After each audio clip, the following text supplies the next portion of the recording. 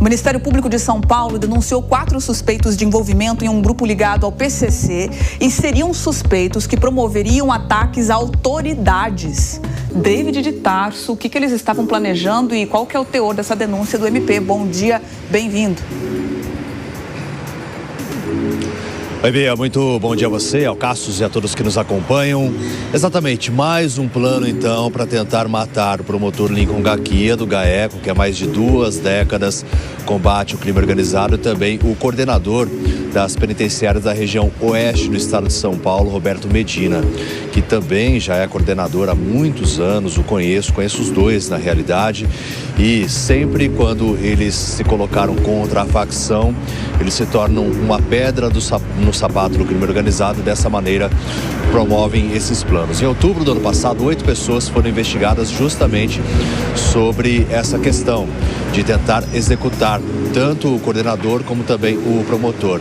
E agora, um novo plano, porque as investigações vão avançando, os celulares recolhidos também desses investigados revelaram que as rotinas tanto do Medina como também do Gakia eram monitoradas. Por isso que o Ministério Público elaborou essa denúncia.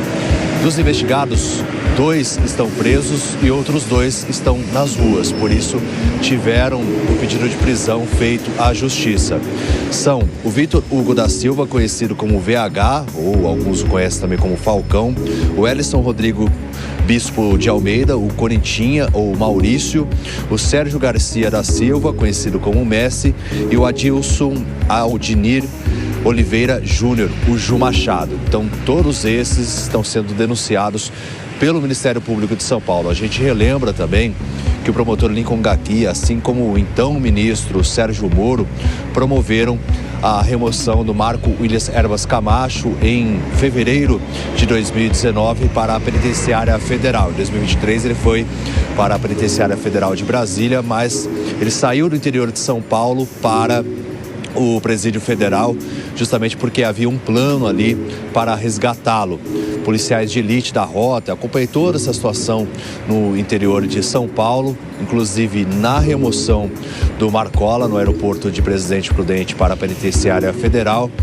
E desde então, o promotor se tornou ainda mais alvo, o inimigo número 1 do primeiro comando da capital. E agora um novo plano sendo descoberto. Por sorte, o serviço de inteligência, tem agido justamente para evitar que esses planos sejam feitos. Mas a rotina deles é toda monitorada, né? Tanto do coordenador como também do promotor, com policiais de elite que vão até os locais, fazem a verificação, e uma rotina muito restrita que essas autoridades têm. E agora resta saber se a Justiça vai acatar ou não o pedido de prisão desses 2 que ainda estão nas ruas. Muito provavelmente sim, porque nos outros planos havia evidências ali de que essas pessoas poderiam sim, por meio do chamado sintonia restrita, que são as pessoas que coordenam essas ações e esses planos de executar, essas autoridades acabam acatando o pedido porque as provas são muito robustas. A gente segue acompanhando tudo isso e trazendo todas as atualizações ao longo da nossa programação. Certamente, Obrigada, David. Certamente a gente vai ver, né, a Justiça acatando esses pedidos de prisão, porque a gente está falando do próprio sistema judiciário sendo atacado pelo crime organizado. Nesse caso, foi impedido, mas existem situações que foram concretizadas, principalmente quando a gente fala de policiais penais, de agentes penitenciários, né, como eram classificados no passado, que foram mortos em emboscadas encomendadas pelo crime organizado. A Jess Peixoto também chegou aqui conosco para comentar esse assunto. Jess, com frequência que a gente vê esses recados das facções criminosas tentando dar aí recados também para o Estado, para o poder público, a capacidade que eles têm de desafiar o sistema de segurança brasileiro com essas tentativas de retaliações contra quem os investiga. Qual que é o tamanho dessa capacidade deles na sua avaliação? Bom dia. Bom dia, meus amigos. A capacidade deles é enorme. Nós já vimos ela em exercício, seja numa execução dentro do aeroporto de Guarulhos, seja nas ruas das mais variadas cidades pelo Brasil, a perseguição e, infelizmente, muitas vezes o assassinato de agentes da lei.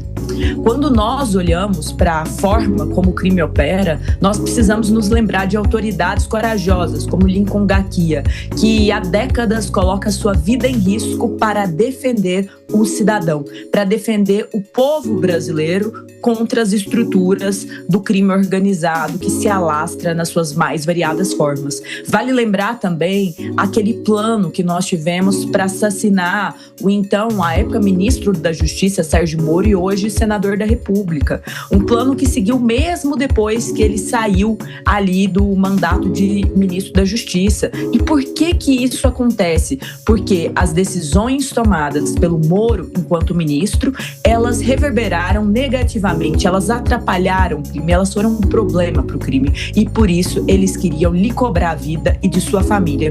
Essa é a realidade de diversos agentes da lei que muitas vezes são massacrados dentro de um sistema narrativo que transforma o bandido em mocinho e, na verdade, o vilão vira o policial. Então, as estruturas do crime acabam também se aproveitando dessa narrativa. E aqui nós temos um medo adicional. Qual é esse medo? Se a estrutura de proteção, muitas vezes do agente da lei, ela é menor, quando eles saem dos seus cargos, eles não têm ali a proteção, a escolta policial e tantas outras questões, eles ficam em risco e deixam as suas famílias em risco. E isso acaba muitas vezes desmotivando. Claro que no máximo das boas intenções eles desejam, mas desmotivando muitos a lutarem e combaterem, como o senhor Lincoln Garcia bem o faz. Então o Estado também precisa olhar para leis melhores de proteção para os agentes da lei depois que eles saem de suas profissões.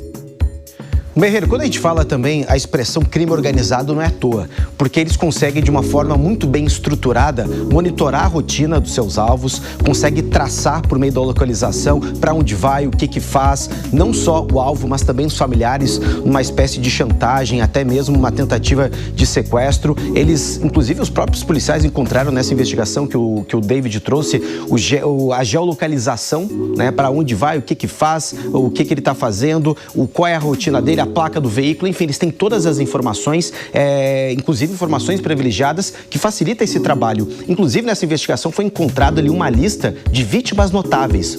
São pessoas, autoridades, né, que quem combate o crime organizado, que eles fazem questão de eliminar e, como o David falou, tirar essa pedra do caminho, né? Seria uma pedra no sapato. Como é que você vê também todo esse potencial, essa força, essa organização que os próprios criminosos têm, não só de investigar as próprias vítimas, mas também de monitorar e até mesmo de se infiltrar no poder público? Não se pode subestimar o poder do PCC. O PCC é uma organização extremamente poderosa e a organização criminosa mais sofisticada e mais avançada que nós temos no Brasil, ou melhor, na América Latina, tá? É diferente do Comando Vermelho no Rio de Janeiro, por exemplo, que nós estamos acostumados a ver aqueles atos de terror que eles cometem, né? Então, visualmente é muito mais chocante. Só que o PCC é uma organização que pode ser considerada ainda mais perigosa, porque conseguiu penetrar, se infiltrar nas posições de poder mais relevantes de todos os três poderes, tá? O PCC conseguiu, então, sequestrar a máquina pública de tal forma que muitas vezes é até difícil você condenar um membro do PCC, efetivamente prender um membro do PCC, porque eles estão, sim, infiltrados no poder público. Não é segredo nenhum, quem já trabalhou, quem já frequentou a Câmara Municipal de São Paulo, por exemplo, sabe que existem políticos ali ligados ao PCC, e não é um segredo, nossa, talvez, não, é uma realidade posta que todo mundo que frequenta aquele ambiente sabe que determinado político tem ligação com o primeiro comando da capital. Então é extremamente difícil, por conta desse nível de sofisticação e avanço que essa organização chegou, você combatê-la efetivamente. É muito difícil. E é mais difícil ainda com a legislação que nós temos no Brasil hoje, com esse Código Penal e esse Código de Processo Penal brandos, com a falta de presídios, né, que a esquerda fica atacando, os presídios estão lotados. Sim, estão lotados porque nós temos poucos presídios, porque o Brasil, mesmo sendo um país que prende poucos criminosos, e essa é a verdade, nós prendemos poucos criminosos, nós não temos presídios suficientes, então tem que construir presídio e tem que lotar esses presídios, como o Bukele fez em El Salvador, né, com membros de organizações criminosas. Só que a lei atual, ela até chega a desestimular o coitado do policial que coloca a sua vida em risco, ou o policial que investiga, passa meses, às vezes anos investigando, quando consegue prender o sujeito, vê que o sujeito foi solto, né? Vê que teve ali uma audiência de custódia, que teve um viciozinho mínimo processual ali e o sujeito é solto. Então tem que haver mudança profunda na legislação para desmantelar essas organizações criminosas como o PCC. Do jeito que a lei está hoje, vai ficar impossível.